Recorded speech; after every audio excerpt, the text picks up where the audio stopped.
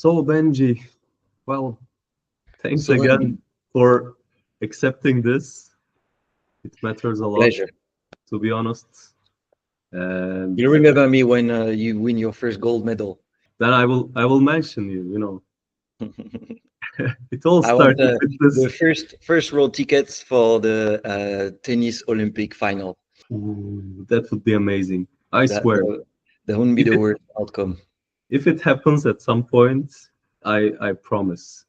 Starting with the videos, you're the first one again. Next week I will continue with a bunch others, Okay, but you're the only one with poker. I guess so. Yeah. So, well, I would like to begin maybe from the middle of the conversation. V coups are coming. Yeah, double coups. Yeah, so double coups is the second or third biggest competition online for poker. It's like almost a month. It's a month of grind actually. Before it was 3 weeks. Now it's I think a month. So yeah, it's like we call it la rentrée in French. Like just after the summer school, the summer holidays. Then you get the kids prepared for school. It's the same for poker. Like September, it's like 1 month. You need to get your tools right, your poker pencils and stuff. And for me, it's a bit special because I uh, I finally got the coach I wanted. It's very hard at high level to get a good coach to keep improving, and I I have one of the best players in the world now who's coaching me. I'm in his team, so it's going to be a bit different because usually I prepare for performance, and now I'm more focused on just learning. There's so many adjustments. I don't really care about the results coming up. I mean, obviously, I'm happy if I win, and I'm a bit sad if I lose. But I know there's so many adjustments. It's going to take months.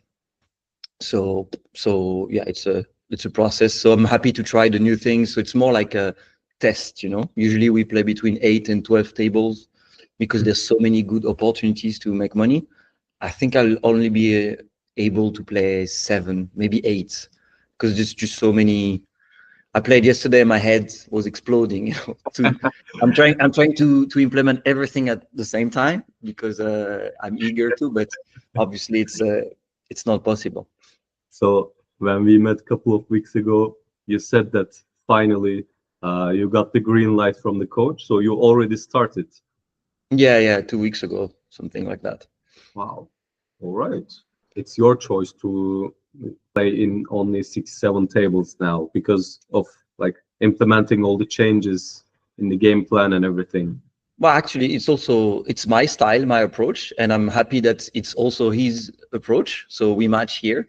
So that's very nice. He also plays uh, very few amount of tables, even less than me because he plays even more expensive. So I'm happy that that's his recommendation, his instruction. So it fits my style. So I'm gonna do that. That's great because it was kind of a milestone for you to get accepted Yeah, it took me by almost a three like good years. coach. Yeah.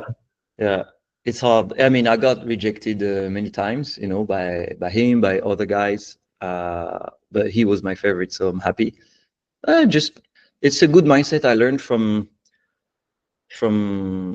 So when I switched to my French mental coach, also I met a poker player, a French one, who's very good at this. He's not very afraid of rejection. So when he needs in high stakes poker, there's so many 50Ks, 100Ks tournaments now you cannot afford to play for yourself. So Mhm. you need to ask for investors. And I was surprised how open he was. Like, okay, I asked this guy, he doesn't want, I'm gonna ask this guy, and he keeps asking. And for me, it was more important to get coached. So then, okay, I'm like, it's a good model. I'm gonna keep asking. If it's like with girls, you keep getting rejected, but you go for what you want. And in the end, I asked this guy 3 times, like every 6 months, and finally he was ready. His team was ready to accept me, let's say, and Well, got through. seriously, congratulations, first of all. Like, it's good to have that not being affected too much by the rejection, as you say, just like with the girls. Uh, and it works, I think. But what do you think this time? changed the coach's mind, like that he accepted you. So is it because of your like persistent asking, or just change he saw in you, or what? No, there was no change in me. I also coach players for many years, and something always my best players, my best students, they were the ones I rejected 2 or 3 times because they were not ready, not playing high enough Aha. or not good level enough. And these guys, they didn't take it personally. They're like, okay, and I didn't even tell them, hey, you can reapply in 6 months. They did it by themselves, and it shows very good humility and motivation. So I know I like this trait in my students. So I know probably he will like the same. So it's like walk the walk or do the talk. I don't know how it's called in English, but so I applied him to me, and to be fair, his first rejection was very mild. He was like, hey, I know you want high level coaching. I would like to, but I won't be able to provide you this coaching right now. So a year and a half later, or no, less, he was ready. I guess he made the changes in his team. And I guess he saw I was really eager to learn from him. So I think it's very good mentality. For me, that's the most important. It's to keep improving, playing better poker. It also helps to make more money in such conditions, but it's more like the improvement at this stage that I know how much you are like you have a good mindset about improvement. Like your main motivator is, it's obviously money, of course, but also you like to improve your game. You like to have this authentic playing style. Yeah, it will be a very good addition to your style, I'm sure. I want to not change the topic too much, but a little bit maybe. How was Vegas? I think it was my best Vegas, but my most probably my most heartbreaking because I think I'm like financially I'm the most stable, ready, let's say, to tackle these tournaments because it's like a big investment, usually between like 80K and 150K. Like I can almost play everything by myself. So I arrived there with a peace of mind. You you stay a month or a month and a half in Vegas. You have to share house with other poker players, and it's very important who you pick. And this time, my surroundings were very strange, but the villa was a strange alchemy. Like we made it very well together. They don't even play tournaments. These guys. Like the chemistry was good. The chemistry, yeah, like very healthy. Because in poker, especially in Vegas, it's only 40, 50 tournaments, even less for when you play really high stakes. And most of the time you lose. You lose like 50, 70% of your 100K. So it's very easy after 2, 3 weeks to see only the losing and complaining. And here it was mostly like joking around because one of the other guys is good financially too, so he doesn't care. So it was very non-toxic and very healthy. So I played every day. I slept amazing. I think I slept 2 nights less than 7 hours, and I guess we're going to talk about sleep after. But it's been almost 2 years now. I sleep so good, and it makes such a huge difference, especially in Vegas when you have day 2, day 3, you qualified for these tournaments until the day 4 usually is final table. And it's very exhausting mentally. You're excited. Okay, there's 1 million on top. Maybe I win. So your mind keeps thinking about what's going to happen tomorrow, what happened during the day, if you could have played certain spots better. And it didn't affect me this year. I slept. So I had like 2 really big spots where I finished 17th and 15th of 1 million. Mhm. And I slept very well all these tournaments. Even after getting eliminated, or like during the tournament as well? For me, the most complicated, and I guess for other players too, is before, like after day 1, after day 2, because there's another day coming and there's 50 players left. And the last tournament was one of the most prestigious, the 10K6 Max, and I was first out of 19 people left. So I had like a lot of chips, and there was 1 million up top. I had all my action, and in 3 hands, bye bye. Bye bye. Two really unlucky spots and one very aggressive play from me, but I think it was good. So that was the end of this Vegas. So that was heartbreaking. It ended up a bit positive, but I was so close to make my first final table and a big one. And the field was good. There were not that many amazing players for such a high stakes tournament. So it was very good overall, but the end hurted me for like 3-4 days. Well, it's understandable, I guess. But yeah, still good that you could come that close. Did some of your friends go there too? Like last Oh year? yeah, almost all my Oh, that that guy living in Mexico, I forgot his name. Clement. He came only for the main, like a week, a long week. But almost all the guys of my team, I have a team called M the Millions, ATM. Almost all of them came. They had like one guy won his first live tournament. Yeah, it was good. All right.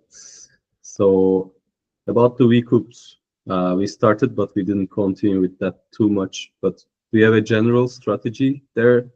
You mentioned, yeah, I remember now. Because of code change, you don't have too many expectations in this tournament, more or less, if I'm correct. No, but we can talk about it because I think it applies to a lot of sports and performance. So here, in my case, I don't care. I'm going to make changes, so it's not going to be optimal. But usually, when you want to perform at the highest level, it's usually important to sleep, just review fundamentals. So, for example, my guys, I will just review their fundamentals. I don't want to teach them new things because when it's like so many games and you're trying new things, it's very disturbing. So usually it's like that. Review the fundamentals, what you worked on with the coach, and then just execute your A game, your flow. Then you're in the flow all the time. And even if obviously it's never going to be the perfect version of yourself. Like there's so many spots I don't know in poker. I know there's leaks here, but if I focus on them during one whole month, then my confidence is going to be shattered. And then you don't play. It's more important to be in the flow and like understand the dynamics in the game and for performance, for money making. So for Vegas, it's the same. And also mentally, you have to remember that it's like 1 month, even above that, it's only one Vegas. I played like 7 Vegas or something like that. I played probably like 10 W Cups. And in two months, there's going to be another poker series. So I think it's important to remember that it's only one Grand Slam, Grand Slam, There's another one in 3 months.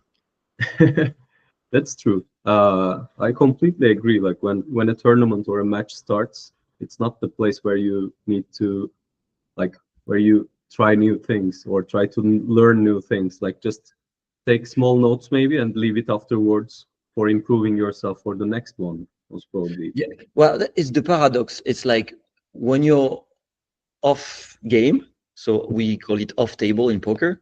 You have to decide: do you review fundamentals or do you learn new things? So I'm saying before a big competition like that, focus on fundamentals and just like sharpening your game that is good. But the like one of the biggest takeaway I learned in performance from like the tennis players like Nadal, it's like you're always learning. So even during the game, if you think there's a good move, you have to try it, because that's what a confident player is. It's like, okay, I keep losing, but I think this is the good shot, so you keep trying. Like Nadal is very good at this. When he's behind in the score, this is usually when he has his sickest shots, and because he knows, oh, I have to try. If I want to keep improving in the long term, I have to take those shots. I have one of my players. He's very good at this. I think he's very young, and one of his biggest live poker tournament.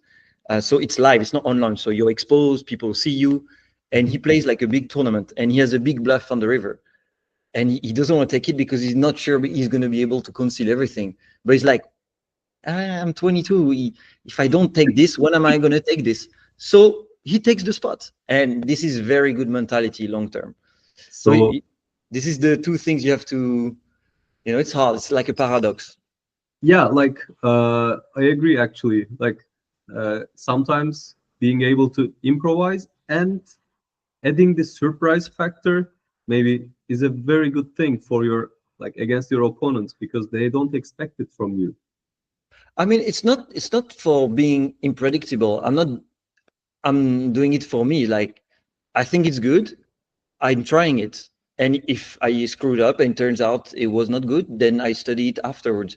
And this is what makes you huge confident uh, Mhm. in game, I because understand. even when you screw up, you try and you learn, and then you keep trying. This is like unstoppable. And This those is guys who are like, oh, I don't know if it's good. I think it would be the best solution. I'm gonna take the thing I know is okay. Mhm. Probably not the best, but it's okay. These guys in 2-3 years, they're like mediocre. So the way you put it now, it sounds a lot like growth mindset. So we were talking about the new poker coach. Yeah, mental coach. How is it going with the French guy? It's good. Yeah, it's very good. We work mostly on long-term things, so I don't feel the need to talk more than once every 2-3 weeks. So it's more like it's more philosophical, like because at the highest level, what brings the highest performance is integrity. Like so, for example, technically between all the top 10 tennis players, it's very, very thin. Probably they're all the same level, but it's the ones who are the most congruent with himself, with his identity. So it's a lot like knowing what's important for me in life and how does that translate in poker. So, for example, for me, respect is very important. In poker, that means respecting the game. So, um, respecting to play the game at the absolute. So, for example, if it's like a big final table and I don't know, it's 5 million up top, and there's a big bluff to be made or a big call, and I think makes a lot of money in the long term, but probably I don't know. Let's say I need to win like 30% of the time, and I win 38, 40%. I think this is huge edge in terms of EV, but it means like 60, 65% of the time you go home and Uh-huh. bye bye the 5 million.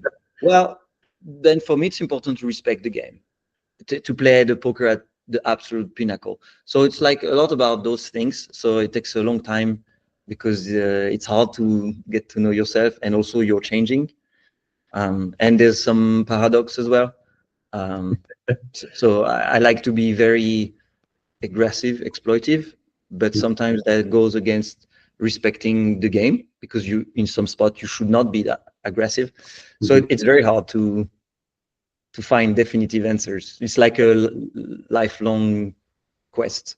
But what I understand from here is that he's still satisfying you with his wisdom and knowledge. Yeah. It's good. Yeah. It's really important, I think. Like maybe after a couple of weeks or months or like sessions, someone won't have anything else to give you. But in this case, you made a good choice, I guess, like with this coach. Yeah, but also for mental, once you feel it clicks, you Mhm. have to stay patient, because these things, they take a long time. Mental, because they can be psychological blocks that comes from childhood traumas. So he's not a psychologist, so we don't deal with those, but Mhm. maybe there are some I need to figure out by myself. And it's not like 3 weeks, it's like maybe 10 years, and it's Like, okay.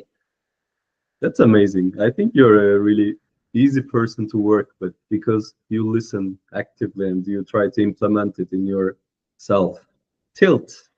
It's quite changing, but lately, so last 2 years, I've been very good, very calm in session. And for me, it's more about competitiveness and fairness. So in poker, there's a lot of unfairness. It's you have to accept that. It's like you're 70% favorite, but the guy has still one chance in three to win that hand. and that happens. And sometimes it happened at the worst timing, like final 3 players, final 4 players. So it's very hard to deal with that. But I The think fact when that you, it's outside your control, that's the hard part, maybe. yeah, Like, exactly.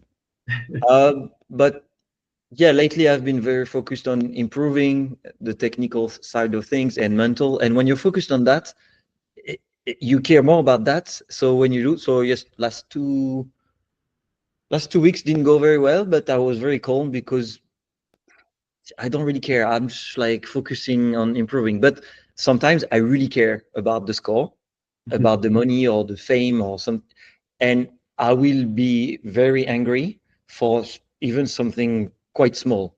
Like I'm supposed to win. Let's say I have all the chips at 4 left, and I don't win the tournaments, and it's like a small tournament. It's not going to change my life or anything, and I can like smash. But it's very rare these days. It happened maybe like I don't know 5 times last year or something like that. So, but yeah, that I guess you get better as you, for me at least, as you get richer. Because if you're more stable financially, it's like okay, you are angry for a bit, but then you realize it's not going to change your life. But early on, if you take big shots, when you're young, it's okay to take big shots because you can start again. But you can go from like I don't know 100K roll to 20K, and that's like 80% of your net worth, and that's very hard mentally. And now I never take such risks, so it doesn't bother me that much. uh-huh. So yeah, that's a good balance then. Like your bank management somehow is also like quite stable according to your uh, financial situation. And how are you usually at bouncing back from your mistakes? So, for example, you're at a tournament and you're the chip leader, and then after 2 unlucky hands, you lose like 90% of your chips. Okay, so let's say the 10K in Vegas. Yeah, this is exactly what happened. So Uh-huh. And you have one shot left, maybe like 10 big blinds or 15 instead of 100. yeah, And at that moment, do you still find the like strength, mental strength to restart the like game at that moment easily, or are you like whatever, let's try one more? I it's very hard. It depends. So for example, in that 10K, this is exactly what happened. I went from like 100 big blinds to 15, I think.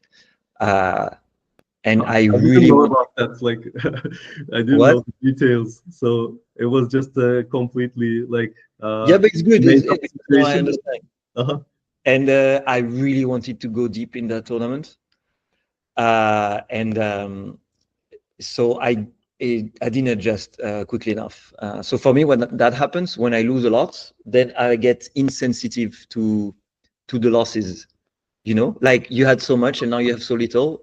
I'm like a bit careless, but in a good way actually, because I still play well, but I'm just fearless.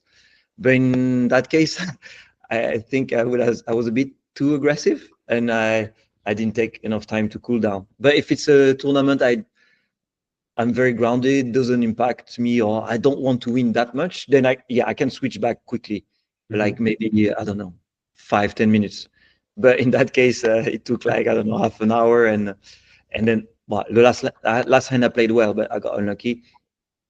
But yeah, if you for me when I really want it, So then no, when when you care more, it's yeah, like it's harder to get back from the mistakes or bounce back, like or it's adjust not even again. the mistakes Cool here. It's down, like like, adjusting to like the new cool situation. down.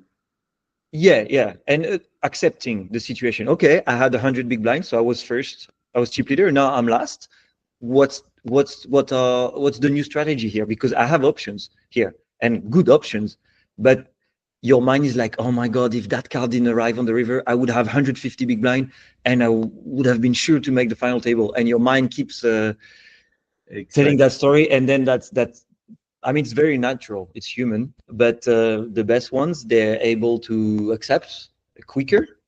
And like what I learned from this guy, the biggest difference between the top 10 tennis players and the top 100 is so technically almost the same. But these guys like Djokovic and consort, they they are able to almost all the time stay positive.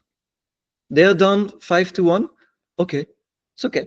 I keep trying. I think here is good. That he is a leak, and for me it's hard when I suffer big losses. My mind will be pessimistic for a good 10-15 minutes, and these guys, they're able to stay positive. Those 10-15 minutes in tennis, or maybe In in tennis, even it's online in poker, poker, it's okay, but in tennis, it's it's gone. you lost the game. You have 60 seconds, in the changeovers, every 2 games. You have 60 seconds to like get back in mentally fit again. Otherwise, every point you lose is bringing you to the end that you don't want actually. But quick breath work exercises or some quick affirmations and stuff like can help. I mean, it depends on people as well. Like if you look at Djokovic, he's surprisingly expressive in his emotions. Like, I mean, I haven't watched in the last 2-3 years, but I remember when he was the top, I think it was 2014, 16.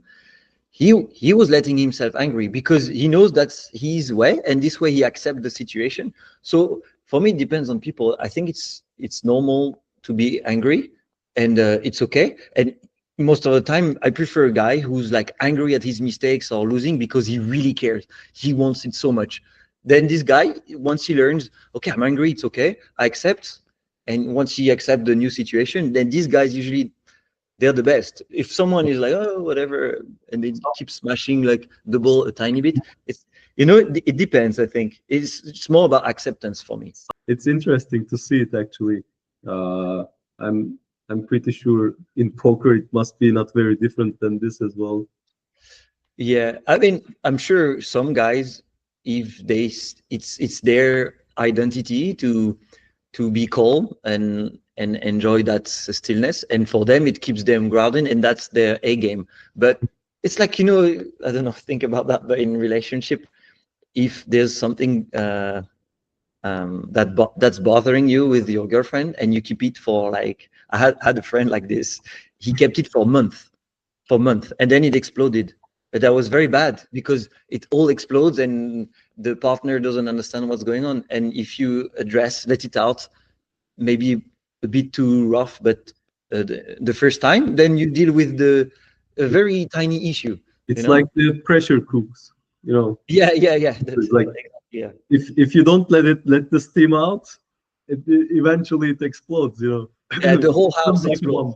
Yeah, Bye yeah. bye the relationship. Oh, So I agree. Like venting sometimes in during your performance and everything is important, and sometimes it might even help you come back faster. Uh, do you have a mission in life? Have you ever thought about it? So you said with your mental coach, you're talking about more philosophical things as well, and maybe you were also talking about this at some point. yeah, no, for me, I don't have an answer to that. I'm quite blurry in that area, but somehow uh, it's weird for me. I know I love poker and I want to be better and I want to play the game at the absolute. And I remember you wrote in your question, is there a quality in you that's important? And Mhm. I remember a sentence my brother said once. That I liked. He knew when I decided I was like 18 or 20, I want to be a poker player and I want to play good. He knew if he would take me 5, 10, 15 years, he knew I would get there because I'm quite stubborn, but I don't have like a life mission for that. I'm not playing poker and making money to like buy a house for my parents. I know for some people it's like a huge driver. For me, I don't have something like that. It's just like I wanted to be a football champion when I was young, I guess, like you too. And I failed. I failed because I didn't work hard enough and smartly enough. Mhm. So when I found poker, it was too late for football already. And Kind I of a second saw, chance, huh? sorry. Kind of a second chance. Yeah, exactly. I was like, oh my God, this is this. I have the same feeling towards poker as football. So it's like redemption. So Mhm. I guess this is kind of my case, but I don't have like a beautiful sentence for a life mission. All right, all right. Yeah, you said you're quite stubborn, and like, are there moments that you feel lost, like asking yourself, where the hell am I going with this lifestyle, with this poker style, with my results? Like, are there moments that you feel lost, and how do you gain back your motivation, or how big is your consistency level in that sense? Yeah, I know what you mean. It happened a few times, but I have to say, either I'm lucky or I'm very good with that, because I have high stakes friends, and they had sometimes this question: why am I even playing poker? Should I keep going with this? And this, for me, I almost never had. I just, when I arrived in Budapest, there was one big downswing where I almost had not much money left under my name. Like, I think 13K I had, so not much. But I was just afraid I would not be able to play poker. So even afterwards, in the biggest downswing, I was not questioning. I'm quite patient in that. Like, there was a 2 years period where I was so close to getting big scores, and I would never get them. I would finish like 15th, 9th, 8th, and they were like big ones. And I was angry, but I always thought, yeah, I'm just keep going. It's gonna happen at some point. And then in 2019, I won the biggest tournament of online history. But since then, I've been beaten up. But it's patience for me. I just take my time. I know I like it, so I keep going, and I just keep going. Well, I mean, it's good that you somehow like digested that you saw the peak, and now like you're sometimes results wise maybe you're missing that big success at that moment, but at the same time it's like life is not going linear, you know, it's No. with some ups and downs, like so there's a trend for sure, but uh, how do you feel in that sense, like with your Yeah. overall improvement, growth? Um, I mean, I'm not sure about the growth, but what I like what you said is I even like when it's like hardships, because it tastes better after when you win. It's like one of my guys, he's very young. Listen to this. In tournaments, usually you have only 30 to 40% of your sessions that you win. Mhm.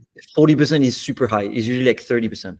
This guy has never had a losing month in 2 years, basically since he turned pro. He's very young, and he almost made 1 million already. I'm not envious of him.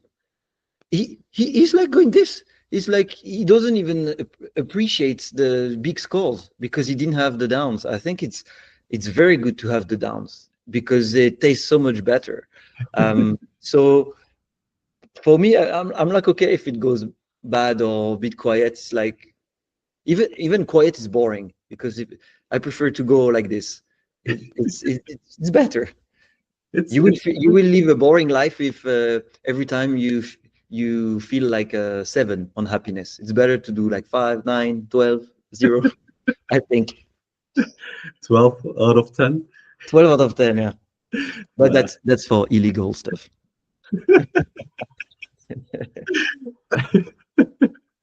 Well, yeah, like what you say is kind of uh, also the description of self-confidence as well, somehow. Like, even when things are going bad, like you believe in yourself and you believe blindly that things will turn out well. Because if you believed otherwise, those like downgoings, downswings would disturb you actually. In my opinion, what I read, what I like learn, what I tell others actually is like this is the maybe like the purest description of self-confidence. Yeah, I agree with that. For me, I keep two definitions of confidence. There's so many, but for me, the two most true ones are um, d- it doesn't matter what's going to happen. In the end, you know you're going to be okay.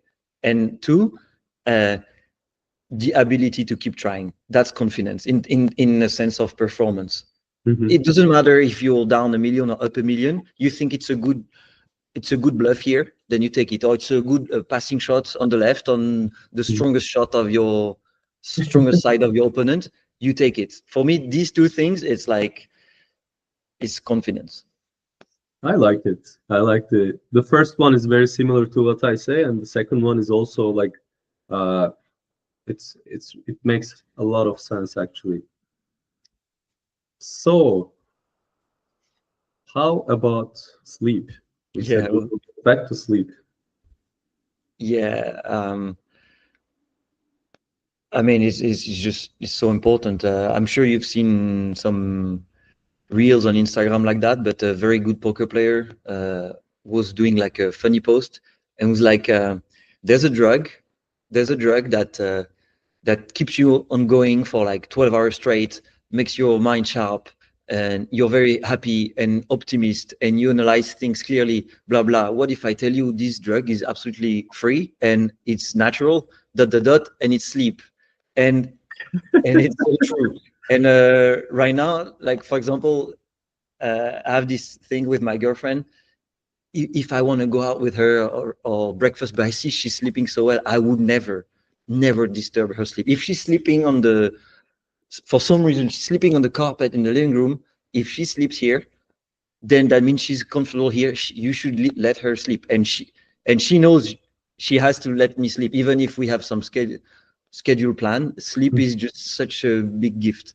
So, and last 2 years, I don't know why. I guess it's because I'm happy, I'm comfortable. I sleep like almost all the time 7.5 hours. If I get 7.5, I can I can build mountains. Yeah, like I'm I'm in the same arrangement usually with my girlfriend, and a couple of months ago, my girlfriend woke me up around 11 p.m. because I fell asleep somehow on the couch, and she was just bored sitting next to me. Maybe we were watching a movie. I'm not sure about that, but and I was so pissed at her. But I told her like, if I fall asleep, which is really important for me, never ever wake me Yeah, up. Like, yeah, yeah. just respect, just leave me there. It doesn't matter, as you say, on the carpet. Just let me sleep. It's just That would be the biggest like thing that you can do for me, favor wise. even for her, it's good. After the next morning, her boyfriend or husband is full of energy, so God knows what happened before breakfast, and then to travel or to go to dinner, have party, you live a better life. I Exactly. remember it was from one of the best autobiographies I read, from Andre Agassi, Open. You read that one? No. It's very good, and he has a guru. He met like a guy who knew nothing about tennis, but he was so good mentally and as a physical preparator. I don't know Mhm, how to say in English. mhm. And when he came to he get acquainted with that guy, he was in a bad period of his life, and he would always end up at this guy and his wife house, and he felt so comfortable here. Usually they would have dinner, and then they would talk with his kids and stuff, and he would fall asleep because he has really bad back. He would fall asleep on the on the parquet, on the floor, and the wife wanted to wake him up, put him to bed, and the guy said no. He's comfortable here now. You let him sleep, and he loved him and the situation for that. And for me, it's so true. Wherever That's, someone is comfortable, you let him sleep or let her sleep. yeah, that's a very good example, and I will check it out. It's a Uh, very good book. I guess Andre Agassi is such an interesting all right, person. all right. And fitness. What do you think about fitness? Like some poker players are not that much into it as much as you are, and Yeah, so I have a weird opinion about that because so most of my friends, they're not into it so much. So after a few years, it's their main priority, even more than making money. It's like they realize health is so important. It makes them feel so much better, and they can feel the difference. But me, since I always liked sports for so young, I've always been fit.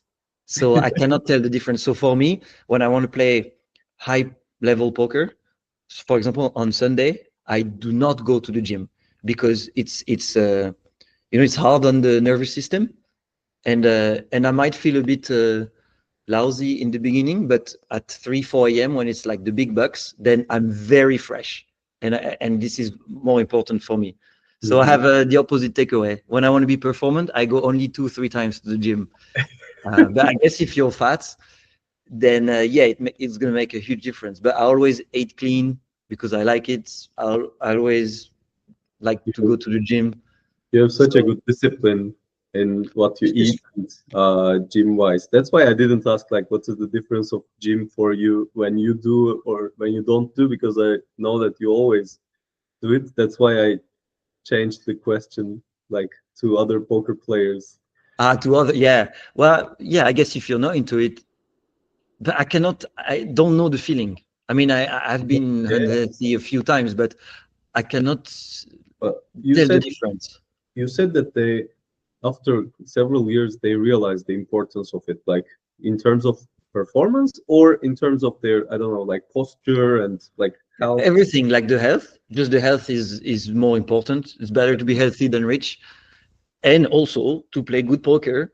Your mind goes faster if you're fit, but and they can tell the difference because if they're like 120 kilos and 30% body fat, then yeah, they improve. They feel so sharp. But for me, I don't. I was never in that state, you know. Yeah, that's true. That's true. And mindfulness.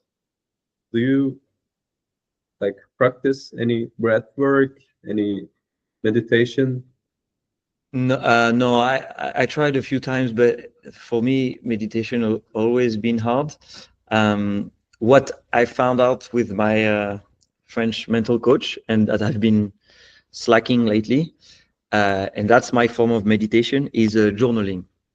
Journaling. Uh-huh. So these days it goes well, but I should do it also in the good days. You know, it's like going to a psychologist. But when it goes bad, then I will write before bed like everything that's city or on my mind, or even I found out a very good thing lately.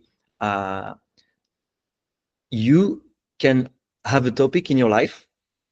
You ask chat and you say, "Hey, you're a expert in journaling prompt." Okay, Hmm. so I want to talk about like this, like let's say uh, uh, being fearful in the last stages of a poker tournament because I feel that and that.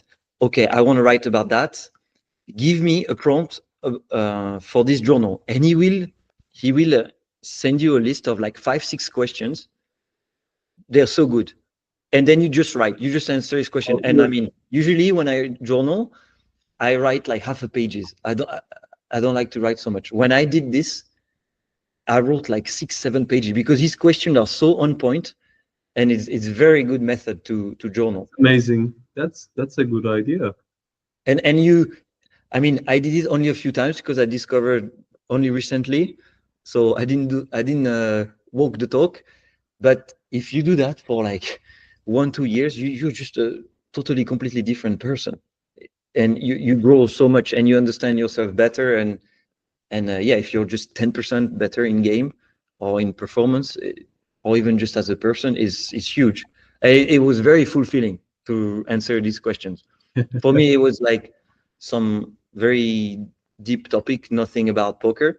Mhm. Uh, but yeah, You should also do it in good days as well, you know. yeah, I know, but it's hard, you know. "Ah, it's good. I go to bed." There's a very good saying like every day is easier than some days, you know.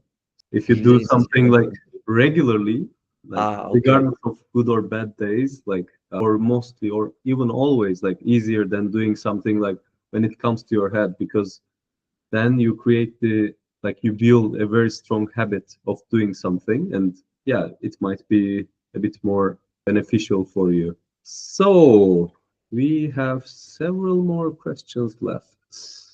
Really? I feel like we talked about the whole life. Yeah, but you have a long concentration time, so I'm not worried. Philosophical question. Can you describe yourself as a person who is good at finishing what he started?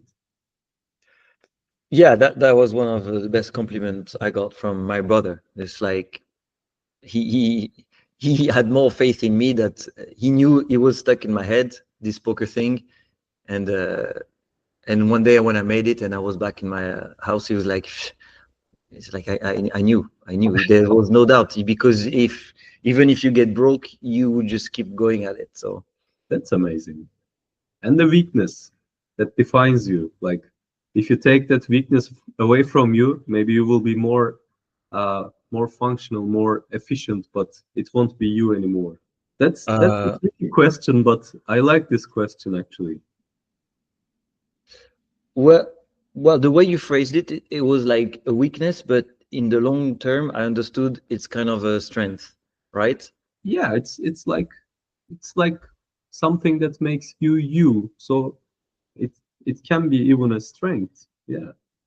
But it's like, I learned from not paying too much attention to my mind when it does that. But I am, or I used to be when I was young, very influenceable. Hmm. So, for example, if I had a friend who would do some things for football and he had good results, I would not even like question, and I would do it, and I would be open-minded and like taking all the strength of my friends. And in a way, it's bad because you forget maybe it doesn't apply to you, but in the long run, it's like I'm not stubborn in my ways. So So it keeps you if open something minded works for somehow. me, yeah, if something works for me, I'm never gonna try to force it on someone, and I'm gonna consider something else someone is doing, and I'm probably gonna try it for me. Hmm. And but I did it to the extreme that sometimes it was clearly like a bad choice. Like this works for this guy. It doesn't have to be the same for me. And when I was young, I would always think they know better. So I think if I don't keep track of this in my mind, it's a weakness. But in the long run, it makes me very what do you say in English? I stay in the game for a long time because it's not So something it's because like something worked for an me 2 years adaptation. ago in Like, poker. I'm not gonna be like, okay, I have to keep doing this because it used to work. No, I'm like, hey, they do this. Maybe there's something here. so it improves your adaptability somehow to I think the so. new things. And well, that's a good answer. I like it. Lastly, top three question players. Who are your like? This is very hard to say in tournament. But guys like Adrian Mateos, the Spanish guy, had very good results. Um, um, Not Russian, but some guy from Eastern Europe, Alex Ponakov, is very good also. Um, I mean, there's like legends. Like I'm thinking about the guys who play Tritons. Mhm. But actually, the best guys usually they are online. Um, like the guys that people know, because I guess non-poker players are gonna look at that. Like guys like Phil Ivey, Daniel Mhm. Negreanu, they're not the top of the food chain at all. They're okay. Actually, for their age, they kept improving and kept open-minded because they're like 50 plus. It's impressive with those young guys who are in the solvers and in like geeks, Uh-huh. and they have new strategy. It's hard to keep up with, and somehow they still play at Triton. So, but they're not the They- best. Do they still play the Tritons? Phil Ivey plays them all the time. Uh-huh. Uh, and he's okay. Alfred Holz, the German guy, but he doesn't care so much. He got so rich, so he's not playing online anymore. But his potential is very very good. What happened to that Turkish guy? We were talking about him last year. He was playing in the Triton, the rich guy. Did he have any good results? Orpen. Yeah, he plays them all the time. But he's like a very successful businessman who got into poker.